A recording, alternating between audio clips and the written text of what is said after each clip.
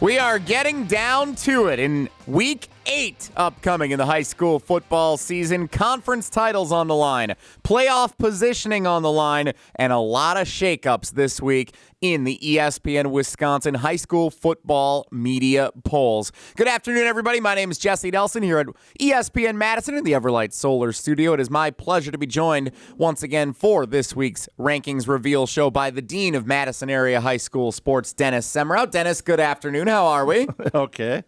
Okay is all he's got? All right, he's okay today, I guess. I'm still coming down after the weekend, working the Badger game and then watching the Packers win.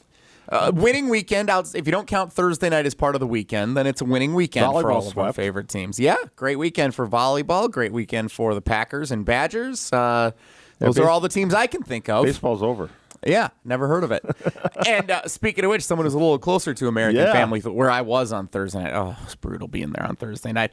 He is from ESPN Milwaukee, making his debut here on the ESPN Wisconsin High School Football Media Poll Rankings Reveal show. Lance Davis. Lance, good afternoon. Thank you for being part of the show this afternoon. And as one of our great voters, we look forward to hearing your insights on all things high school sports. Well, thanks for having me, guys. And Jesse, I feel your pain. I was there Thursday as well last week to witness that ninth inning collapse. So that will take a while to get over. Enough looking back. I was lucky. I was up in Wisconsin Dells for 2 days of basketball coaching clinics. Mm-hmm. But I got back to my hotel to watch the last 2 innings. So you saw everything you needed to see, Dennis. Then I headed over. Then I think most of the coaches went over for beer and pizza afterwards, and there was a lot of beer. I would imagine so. We'll see how many of those coaches are actually celebrating with a pint of their own here this week as we get set for a lot of games that have conference title implications, playoff positioning implications, and some major matchups this week. But also, it was a big week in week 7 of the high school football season. A lot of top 10 matchups, a lot of shaking based on some of the results. Some teams that were previously unbeaten go down. Can't wait to review it all with you right now. Let's get into it. The week 8 high school football media poll small school rankings. Remember how we divide these polls every week, the small schools and the large schools. Small schools, enrollment size 549 and lower, expected to be the teams competing in divisions 4 through 7 on Thursday for state championship games at Camp Randall Stadium in November. The large schools expected to be enrollment size 550 and more, the teams competing in divisions 3, 2, and 1 on Friday at Camp Randall Stadium for state championships. So the small schools in at number 10. You want to talk about shakers and movers right away? St. Mary's Springs, the Ledgers handed their first loss of the season, a 21-7 defeat at the hands of unbeaten Lomira. St. Mary's Springs stays in the top 10, but they move down 6 spots, Dennis. They are now 6-1 in the season, and they're suddenly in 3rd place in their conference, the Flyweight Conference, with 2 undefeated teams in front of them. And they get one of them this week, Mayville. So we said last week, this was their gauntlet back-to-back. So they lost 21-7. They'd only been giving up 13 points a game. You're going to stumble at sometimes. I guess that's as good as any. There's still, all these teams we're going to be talking about have clinched playoff berths. Everybody's got at least 4 wins. So now they got to start looking at that because this is Bob Hyland's last year. And you got to think the guys are going, that better be our last loss. They want to be geared up for a nice playoff run. I actually think this might be one of the best things that could have happened to St. Mary's Springs. Get a loss out of the way late in the season against a quality conference opponent, and it kind of course corrects you then to be in the right mental state for the rest of the regular season and then to play extra motivated into the postseason. Don't want to suffer that loss again. I think getting that touch of that loss early on, while it may impact their playoff positioning, is going to be a good thing for this team moving forward. Loss? I think Lance, is there a good loss? What do you think? No. Get out of here. They want to go 14-0. They want to run the table, right? Yeah. But that's the especially at St. Mary's Springs with their track record. I mean, they're just a powerhouse, and with his coaches last year, I'm sure they're going to want to finish very strong. Well, Mayville is this could week. Motivate them, yes, Jesse. This could motivate them to have that nice run into November. One could say it's a good loss. Mayville this week, who is undefeated for St. Mary Springs this week, and then Lomira and Mayville meet in week 9. So everybody in that flyweight conference playing each other down the stretch here with conference title and playoff implications. Let's see if any of those other teams crack the top 10 here in the small school media poll. In at number 9, Prairie du Chien makes an appearance for the first time this season. How about that? Prairie du Chien with a 6-1 record, winners 50-15 over Broadhead Judah in week 7. First place in the Southern Wisconsin Conference. Lance Davis, what do we know about Prairie du Chien in at number 9 in this week's poll? Well, Jesse, they've got a very balanced offense. They can run the ball, they can throw the ball, they score a lot of points. Their only loss this year was in week 1 by 2 points to Aquinas. So, and we're going to see them here coming up in a few minutes. So they're on the top 10. They're a very good team. I expect Prairie du Chien to have a nice run come playoff time. They've been scoring a lot of points, and I think right now they're hitting their stride. And with only 1 2-point loss in week 1, they've rolled off a nice little streak here, and I expect them to continue to be in the top 10 for the rest of the regular season.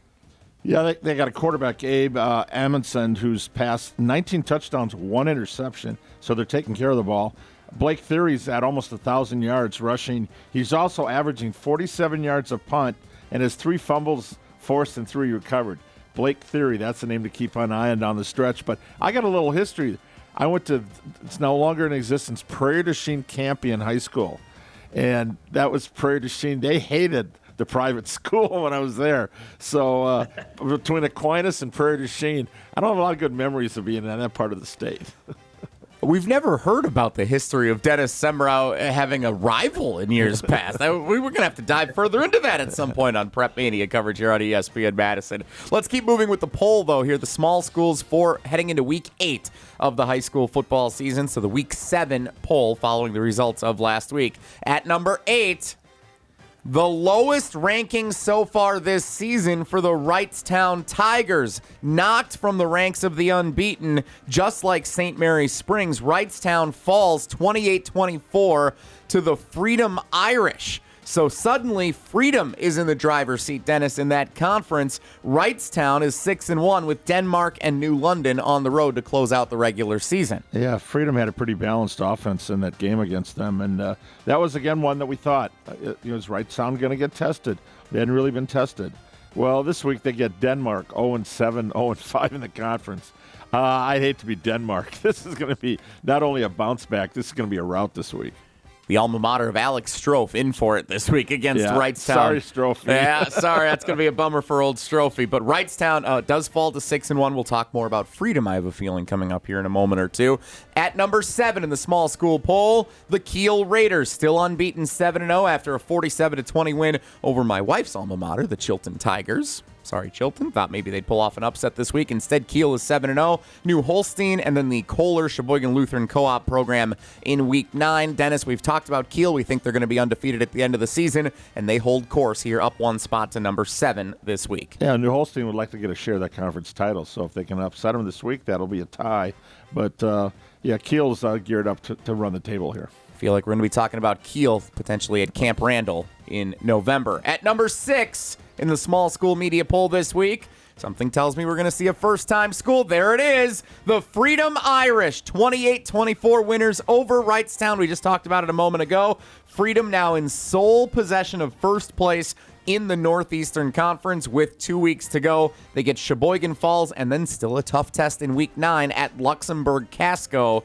Their only loss on the season is to Wrightstown. So one of the themes of the week here across both the small school and the large school divisions is we could be looking at potential 3-way ties for conference titles with teams that have beaten up on each other going 1-1 in a round robin. Dennis, Freedom could be in that mix unless they run the gauntlet here and defeat Luxembourg Casco in week 9. But Freedom, first week into the poll with a huge win over Wrightstown. Yeah, Drew Courts, quarterback, ran for 2 touchdowns. They had a 37-yarder in the fourth quarter. They held Wrightstown scoreless in the final quarter, rallied for that one, so they finished strong. So now you got a team in Sheboygan Falls, 1-6, 1-4.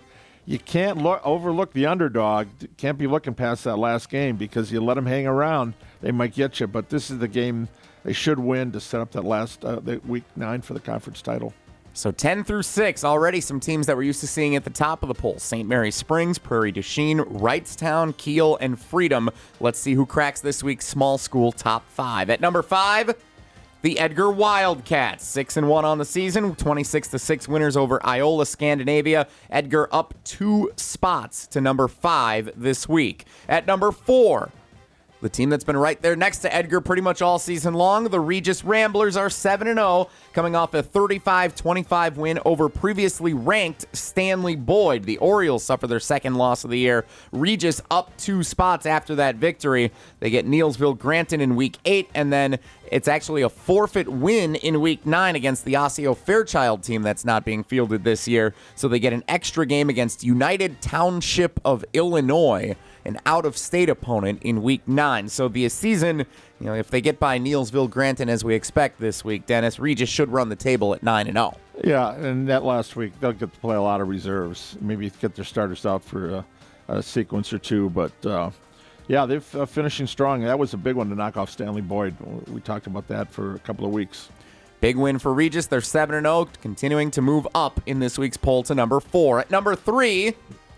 here's Aquinas. Look at that. Another one of Dennis Semrau's arch enemies, apparently. Learn more about that team suddenly. But Aquinas, who lost to Columbus early in the season and dropped way down in this small school poll, has steadily climbed back up all the way again to number 3 now. Aquinas 6-1 after a 45-0 dominant win over Westby. They're up 2 spots to number 3 this week. Huge showdown in Week 8, Dennis, for the potential conference title in the Cooley Conference against West Salem. Yeah, we've been looking at this ever since that first loss for Aquinas. We thought they could run the table, and this would be the one game. And West Salem, that's a team that's kind of, made some progress, but that's a large school team. So we might be talking about them in a few minutes. We will potentially be doing that in the large school conference or division rankings, I should say. So Aquinas, again, great job by them battling back all season long after that early loss to Columbus. They are all the way up to number 3. Speaking of Columbus, number 2, once again, no change after the last several weeks. The Cardinals have been steady at number 2 since those great wins early in the season against Aquinas and Lodi, and another great victory for the Cardinals this week. Dennis, you've talked plenty about Columbus this year. I want to hear what Lance Davis has to say about the Columbus Cardinals' 45-24 win over Lake Mills to improve to 7-0 on the season. Yeah, Jesse, I've been high on Columbus all season. I have them number 1 in my rankings. I just love what they're doing. They're scoring a ton of points, 42 or more points in every game. The only one they didn't score that much was against Aquinas in a very close 20-16 win in Week 2. They can run the ball. They can throw the ball. I would be shocked if Columbus isn't making a deep run in the playoffs. They're my number 1 team right now in the small school division in the state. No offense to Stratford, who we're going to see soon. But I tell you what, Columbus, they have really got a nice run here these last few years, this program. When I played high school ball, Columbus was the team in south central Wisconsin. They were dominant. And they're getting back to that level now with repeated visits to Camp Randall. And this year could be another one of those years. Let's talk more comparing these two teams here in just a moment. Let's finish off the list, revealing our small school number 1. Spoiler alert, Lance Davis already did it. It is the Stratford Tigers again, 7-0 on the season. They continue at number 1, holding strong with a 49-0 win on the road at Marathon. 2 games left for Stratford, including a huge one in Week 8, hosting Amherst, who is also undefeated. So that's for the potential conference title. In the CWC Large, it'll be Stratford and Amherst, a pair of unbeatens meeting this week. So, Dennis, we've talked about Stratford and comparing them to Columbus. If they want to have a resume builder, Columbus is essentially done with their tough contest. Yeah, they beat. Interesting. Lodi was picked to finish first, Lake Mills second, and Columbus third. And Columbus destroyed both of them. You graduate the all-time leading rusher in the state. What do you expect? The coach leaves. And the coach leaves. Connor Roach last week, 24 carries, 318 yards, 5 touchdowns. Wow. He had to wait for 3 years to play, and now this is what he's doing. That's why, like Lance said, I remember Columbus back in the days when it was Columbus and Monroe, and then we had that. Right, couple of years ago. And then a couple of years ago, it was the resurgence. Monroe is doing well. They're going to win the Rock Valley, but Columbus is really taking a step up. How do you switch coaches and you talk about signature wins. Andy Ryan, wow. I mean, he's got done a 3 great of them job already this season. So I love Columbus too, Ron. I agree with you on that, Lance. So let's go to Hunter Vaughn, who is our Steve Kornacki of the high school media poll, collecting all the data, handling all of our research, accumulating all the information from our voters around the state. And Hunter Vaughn, how close is it at the top right now between number 1 Stratford, who has been consistently there all season long, and Columbus, who's been consistently number 2, but closing the gap? Yeah, they're at a 5-point gap right now. Stratford, wow. They've got 11 first-place votes of our 17 votes that we had this week. They got 163 points. Columbus sitting at 158 then. That gap has been getting narrower and narrower as the season's gone on. So if Stratford, even if they win a game, honestly, but it's a little closer than what people expected, I could see Columbus making that jump up ahead of them to get that number 1 spot here late in the season, just because we've been seeing that shrink. And like Lance said, I think a lot of people are realizing, like, oh, Columbus is back. Like, this isn't like those Texas teams at the college level where, like, yeah, they might get a good win early, but then they fade. Columbus is here. I think they might get back up there, and a team, I've got to mention this, that got their first vote of the year, the Berlin Indians. Oh my God! Just had to throw my alma mater out there that they gave up their first points in South Central Conference play. I wonder who voted for him. Well, we know Hunter doesn't. Yeah, I wonder who voted. Hunter's not a voter, but yeah, I'm not a voter, but I might have convinced he might have convinced somebody last week to give them a vote. But I just had to throw that out there.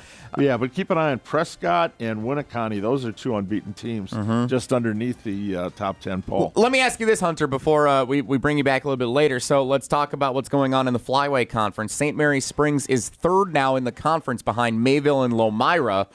Everybody plays each other in these final couple of weeks, but no Mayville, no Lomira, despite being undefeated in our top 10 this week. Are they close? Not having all of the votes in front of me, I believe they got a couple, but I think that's the voters just assuming what St. Mary's is going to do here at the end of the season.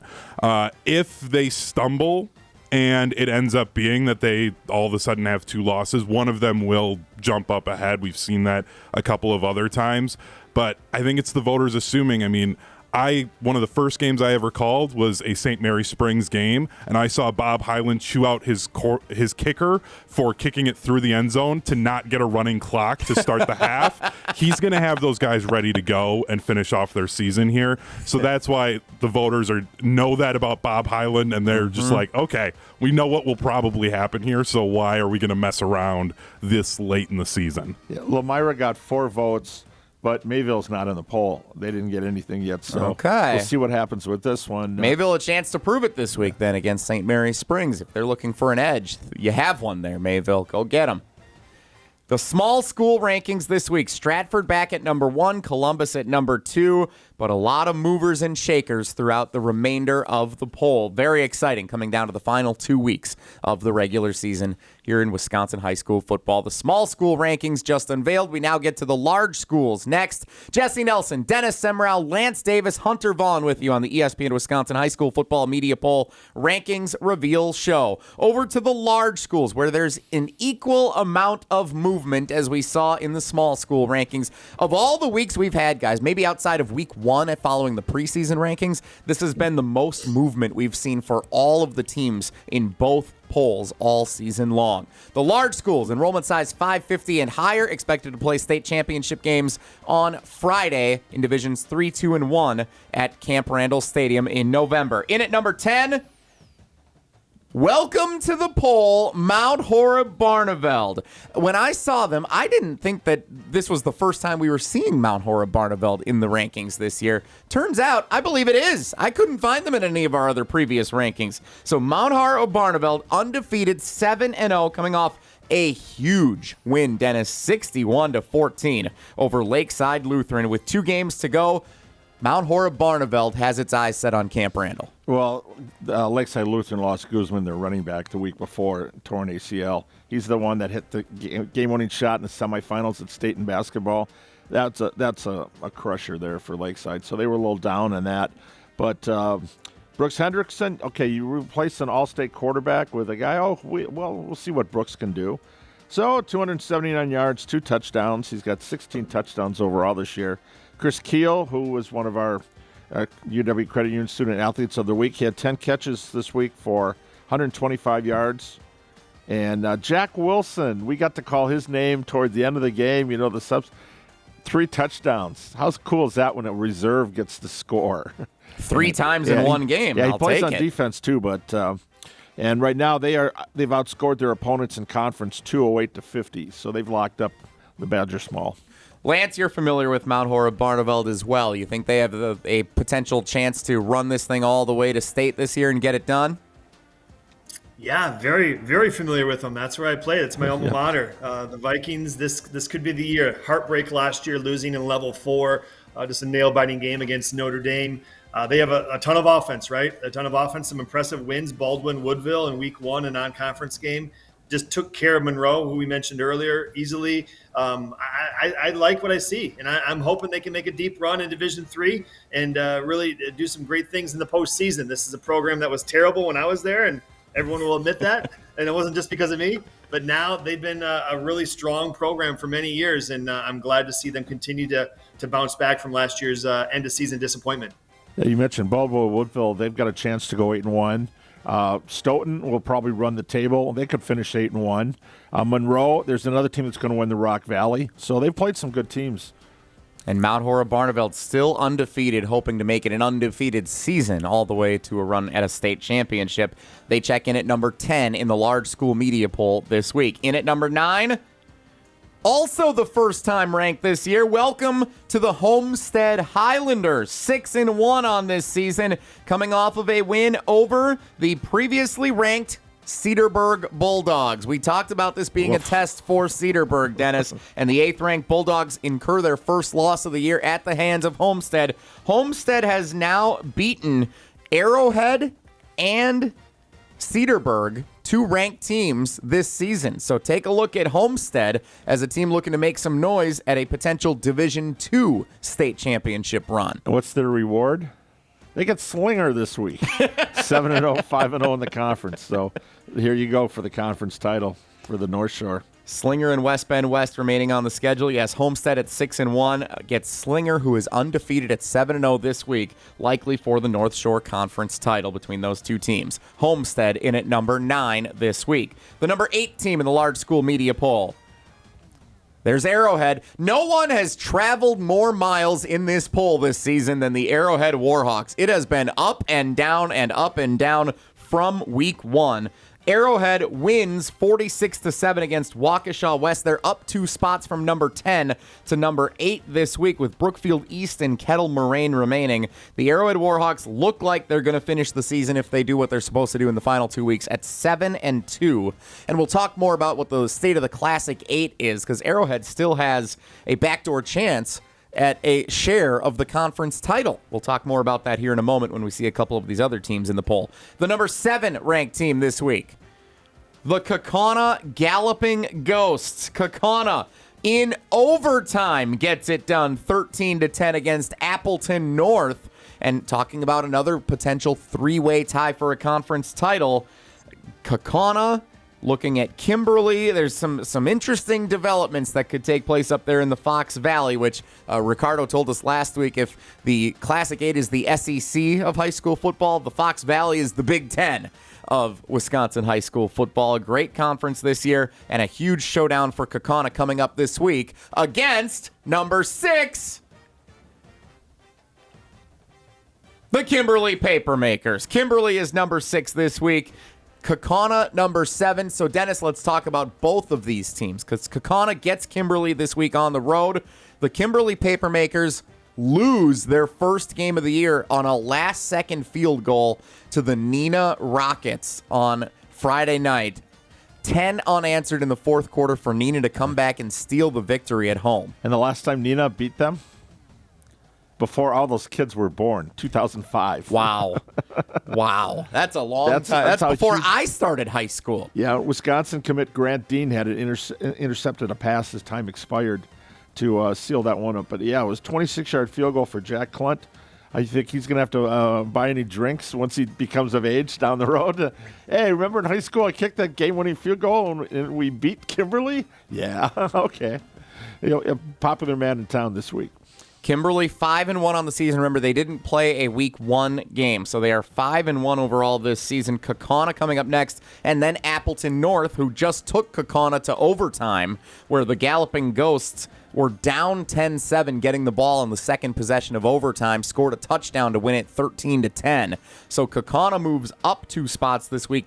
Kimberly is down 4 spots to number 6, still worthy of being ranked, no doubt, but it does get very interesting now for Kaukauna and Kimberly meeting this week in a battle of top 7 opponents. Yeah, and Kaukana's only loss was to Notre Dame. That was Green Bay Notre Dame, 16-13. So, how many weeks did Hunter get? I guess posts or texts. When's Kaukauna going to be in the poll? When are they? Well, there they are now. That was every single poll. We had comments about that. Up until last week, and now here they are ranked back-to-back weeks and a chance to really catapult themselves even further up if they could get a win over Kimberly, ranked right in front of them heading into Week 8. At number 5 in this week's Large School Media Poll, the Marquette University High School Hilltoppers, 52-7 winners over Brookfield Central. Lance, you know about the Hilltoppers. Big one with Sussex Hamilton coming up this week. Yeah, they've been dominant this year. Absolutely dominant. Tommy Novotny, running back last year as a sophomore, was their stud. He's even better this year. I'm surprised Marquette's at 5. I would expect them to be higher. They are going to be house if they get by Sussex. Now, Sussex did put 50 on them last year, so I'm sure they remember that. They took a loss in the conference season against Sussex, and then that was their last loss of the season. Went all the way to win the Division I title last year. Very interesting to see where Marquette and Franklin, when it comes to the Division I bracket, are placed. Are they going to be opposite sides? Are they going to be the same side? Last year, they were opposite sides, and they met at Camp Randall. This year, those 2 teams are the top 2 Division I teams in southeastern Wisconsin. And Marquette, as you mentioned, Lance, they get Sussex Hamilton this week, who's 6-1. Their only loss was to Oconomowoc all the way back in Week 2, so they've been hot. And McGuanago hosts Marquette to close out the regular season in Week 9. That's a fascinating matchup in Week 9 we'll talk more about in a moment. So Marquette checking in at number 5 in this week's poll. The number 4 ranked team this week, down 1 spot from a week ago, the Verona Wildcats. Dennis, they played a Saturday matinee in the Madison area and only won 7-0 against the Madison West Regents, who played them tough in that afternoon affair. Yeah, that was a slugfest. Now, before the season, Andrew Riley was in for our coaches' roundtable, and he said the team to watch that can make the playoffs is Madison West. And their defense has been strong. He said it's one of those teams that got some big bodies and players, if you don't account for them, that can hurt you. So they just don't have enough firepower on offense. But Verona extended their game 19-game winning streak now in the Big 8, and that was the toughest one they thought coming down the stretch. Now they should be able to run the table. But I think people saw that score and said, well, let's drop them down again with the teams that we got coming. Verona has been the team to beat in the Big 8 Conference, and they will likely get it to 21 consecutive. Don't want to say anything for sure, but Madison East and Janesville Craig to close out. That would be 3 straight years of 7-0 records and a three-peat in the Big 8. But after a 7-0 performance against Madison West, Verona needs to make sure they don't get caught sleeping in either of the final 2 weeks here as they try and battle for playoff positioning. And Lance, like you said, with Marquette and Franklin watching where they land in the bracket, I think for Verona, it's all about what the matchup ends up being in their section as they get ready here for the postseason. In at number 3 this week in the Large School Media Poll rankings, there's McGuanago. The Indians up 2 spots to number 3 this week after knocking Oconomowoc from the ranks of the unbeaten, which means we will not see the Raccoons in this week's poll. Goes to show, we talked last week, Oconomowoc's for real. Hype them up. They're going to be the real deal. They got a signature win over Arrowhead. Here comes Oconomowoc. And then they get beat 28-6 by McGuanago and put back into their place. But Lance, if you want to talk Classic 8 and you look at a 3-way potential conference title split here, McGuanago, Arrowhead, and Oconomowoc now have all played each other, and everybody's gone 1-1, splitting who they beat and who they lost to. So this gets very interesting. Do you believe McGuanago is the best of these teams? Right now, yes, but it's close. It is real close. It really comes down to who brings it on game day, right? I mean, I've seen Oconomowoc and McGuana go up close and personal. Very solid offenses, tough defense. They're deep. They got lots of players that play both ways, but also they have some depth of guys who just focus on one side of the ball. Classic 8 is another gauntlet this year. It is. We haven't even talked about Muskego, but they had a nice win last week over Kettle Moraine. They're starting to get things going. They fought through a lot of injuries. You got McGuanago, Oconomowoc, Arrowhead right now, all in first. Muskego's right there. And this puts it in perspective. This year is Pewaukee's first year in the Classic 8. And 3 years ago, they won the Division III state championship. Kettle Moraine won the Division II state championship 2 years ago. Those two teams meet this Friday. The winner still remains playoff eligible. The loser is likely out. That's the Classic 8 for you this year. It is so tough, Wow. And this year it is no change from previous years. Pewaukee and Kettle Moraine are two really good programs, and the fact that they're in that conference and Why battling are they to in even that make the conference? playoffs. Why did you move Catholic Memorial out of there? I'm sorry. They should still be there, and Pewaukee should have left them alone. I'm sure the fans are not happy about that. Well, But you got to. It's 2 years, so wait 2 years and it'll change again, right, Lance? Mm-hmm. Well, and Lance, you know about Catholic Memorial. How are the Crusaders looking this year while we're talking Classic 8? Yeah, so their one loss is Franklin, right? And Franklin's undefeated. So that's one, if you want to say a good loss, that's their only loss of the year. They've been running the table. Haven't really been tested too much. They've been running the Parkland Conference. They've got 2 games left. They'll be favored in both, and I think they'll be ready to go. And this year they'll be bumped up to Division III. So it's going to be, a chance that they could make some noise in D3 this year. They've got a very good quarterback in MJ Mitchell.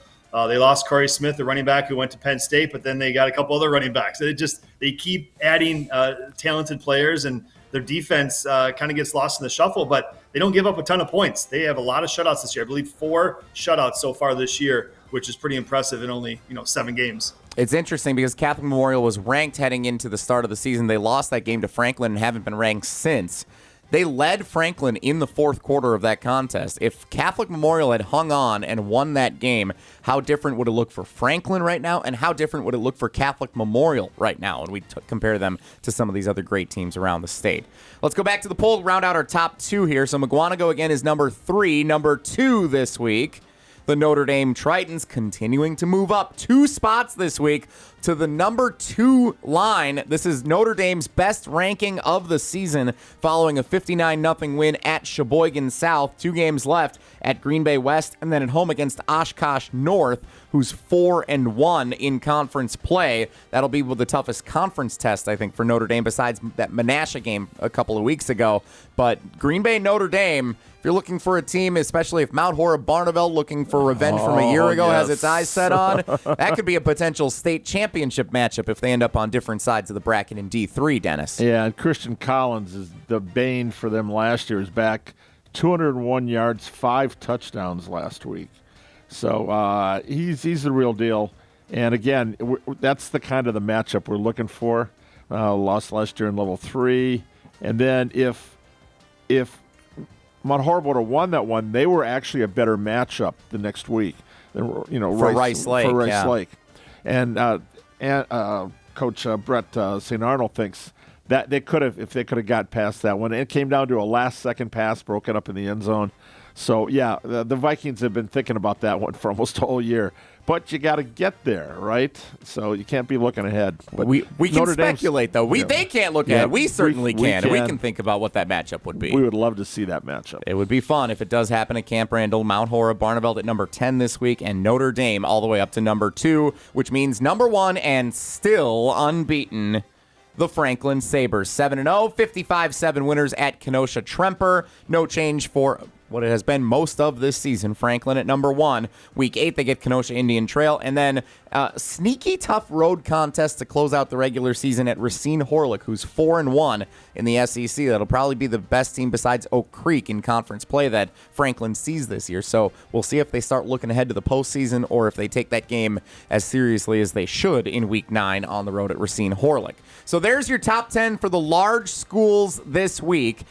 Different look than it has been in previous weeks. Dennis, what stands out most to you from these rankings? Well, we got some new blood. It's good to see Homestead as a team we've been kind of monitoring during the season and had a thought they might get there. And then the Kakana, getting them in the mix. That was the team. Again, we only have 2 divisions, so it's pretty competitive to get into that top 10. And for Arrowhead to still be in the poll with 2 losses in the regular season, it speaks to the strength of that conference. I'm excited because, again, all these teams that we've talked about are in the playoffs. Now you're looking at what's number 1, conference title and seeding. And really curious to see where teams are going to be put. I know there's a proposal right now for the basketball coaches. They want to start moving teams to different parts of the state. They want the best teams, and they seem to be, with football, just more in the area. Okay, we're going to keep conferences together. No, they don't want to. They don't want to. The Classic A doesn't want to be playing the Classic A. The playoffs want to play somebody else. Well, so we'll see what happens with the electronic seating. Yeah, that'll be always interesting to see how that plays out when we get to this time of the year for every sport for the WIA. Lance, what stands out to you most from this week's top 10 in the large school rankings?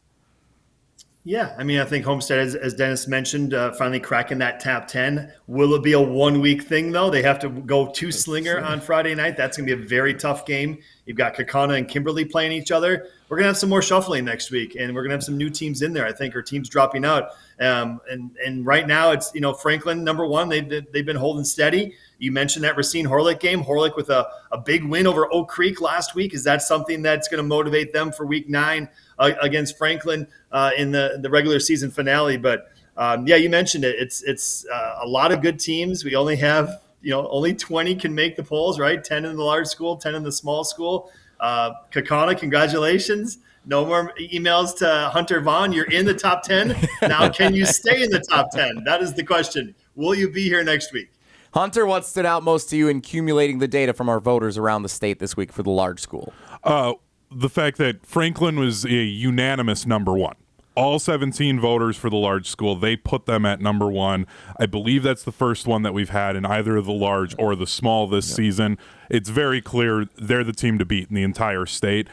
Dennis also buried the lead on Christian Collins' performance for Notre Dame last week. It was 201 yards on 5 touchdowns. He did all of that on only 11 carries.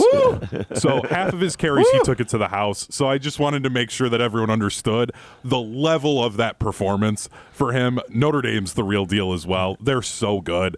I really do hope we somehow get a Mount Horeb Notre Dame rematch, but at Camp Randall this year, because those are 2 of the best teams when we're talking about that Division III level. We'll see how it all plays out. A lot of great contests coming up here in Week 8. For the small schools, the games to watch this week, Mayville and 10th-ranked St. Mary Springs. Mayville is undefeated, 7-0 on the season. They are ahead of Springs right now in the Flyway Conference. We will see if Mayville can go toe-to-toe with Bob Hyland and St. Mary Springs Ledgers this week.